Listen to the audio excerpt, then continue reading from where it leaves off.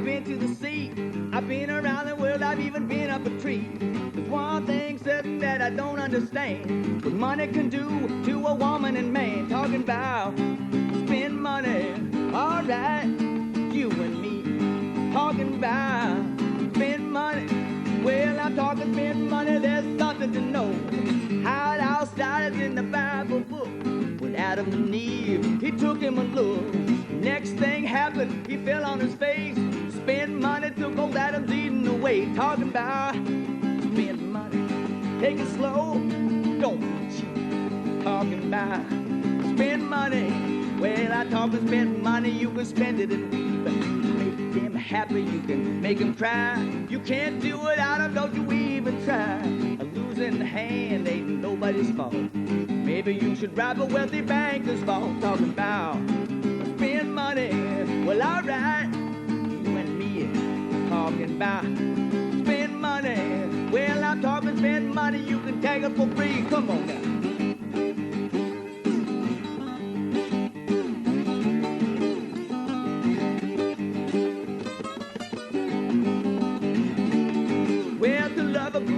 Is the greatest thrill. It may seem like you're always climbing a hill. Get to the top, it ain't what you thought. Talking spend money, you don't know what you bought. Talking about spend money, well, alright, you and me. Talking about spend money, well, I'm talking spend money, ain't nothing for free.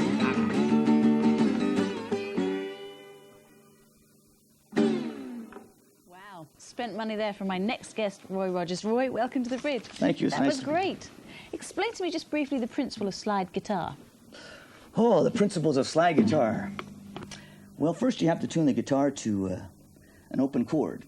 Right. So the guitar is tuned differently, and once you have that in mind, then you just kind of have to go for the feel of the music, taking you to a different kind of gliding spot, to kind of combination of melody and rhythm at the same time. It's kind of instinct as well, isn't it? I suppose, yes. Is it longer to learn than normal sort of guitar?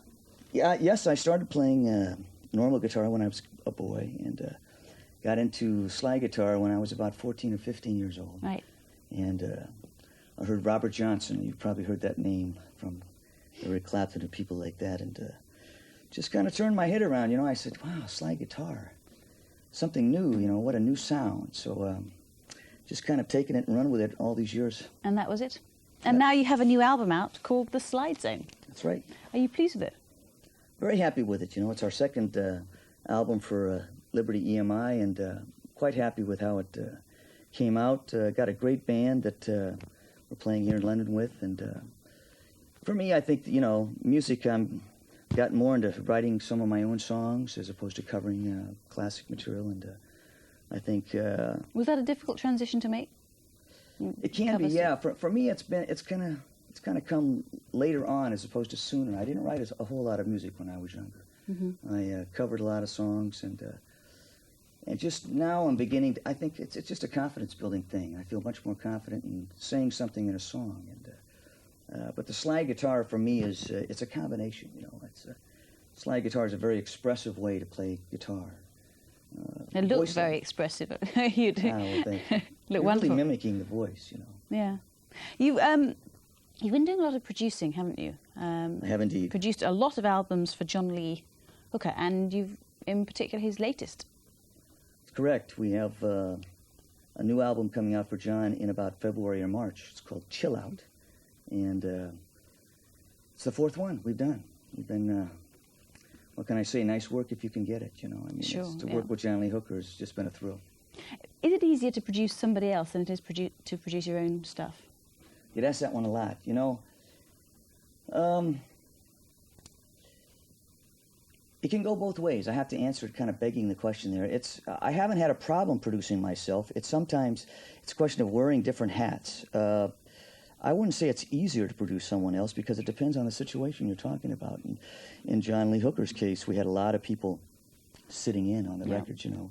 Keith Richards, Van Morrison, Bonnie Raitt, lots of folks. So it's like you were producing, it wasn't like you were producing the same band each time. You had a different musical aggregation each session. So that, you know, had a whole logistical as well as just, shall we say, production thing each time was different. So Do you presumably learn a lot because you sort of always a using learning all these- experience. yeah. If you don't go in with that attitude, you know, it can't always be finite how you think it's going to be.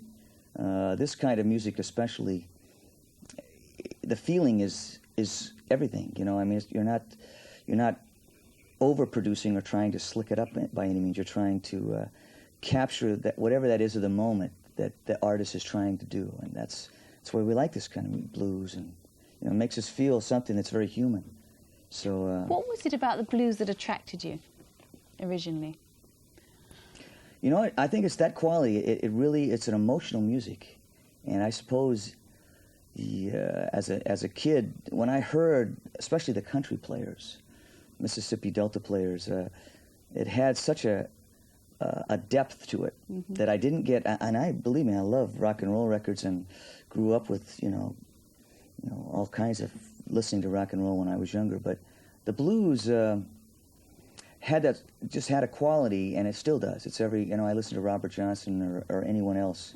Still is fresh. It's very fresh. It's not of a certain time. It has a timelessness, and you only hope to approach that in your music, to try to have that kind of quality, and that reaches all age groups, and people don't have to understand the lyrics. They just get it. What is that feeling? I don't know. It's difficult to define, but when you work with guys like John Lee Hooker, you begin to understand a little bit.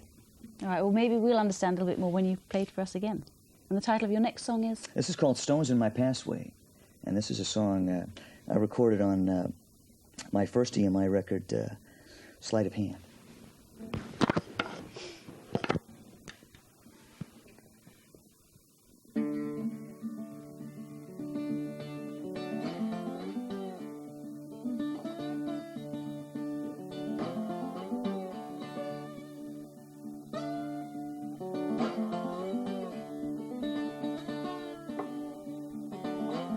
Got stones in my passway.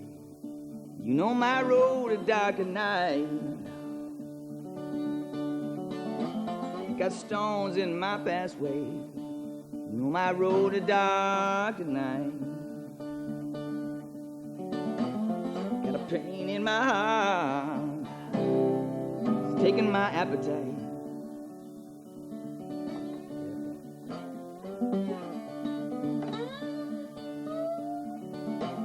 Got a bird to whistle, no, I have a bird to sing.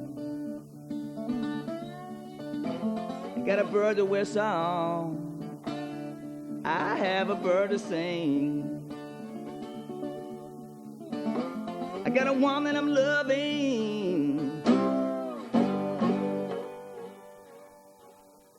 you know she don't need a thing.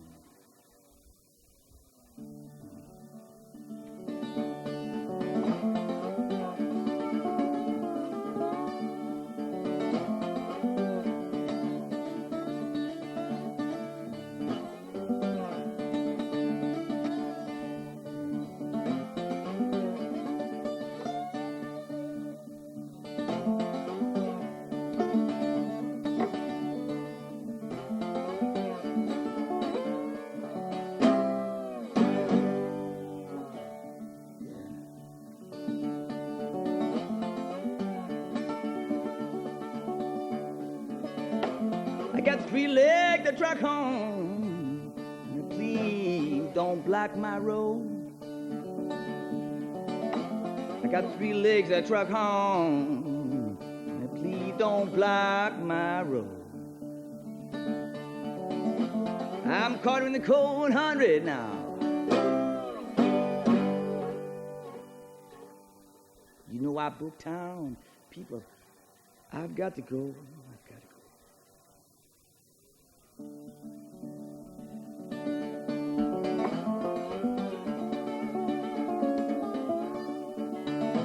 I got stones in my pathway. You know my road is dark at night. Yeah.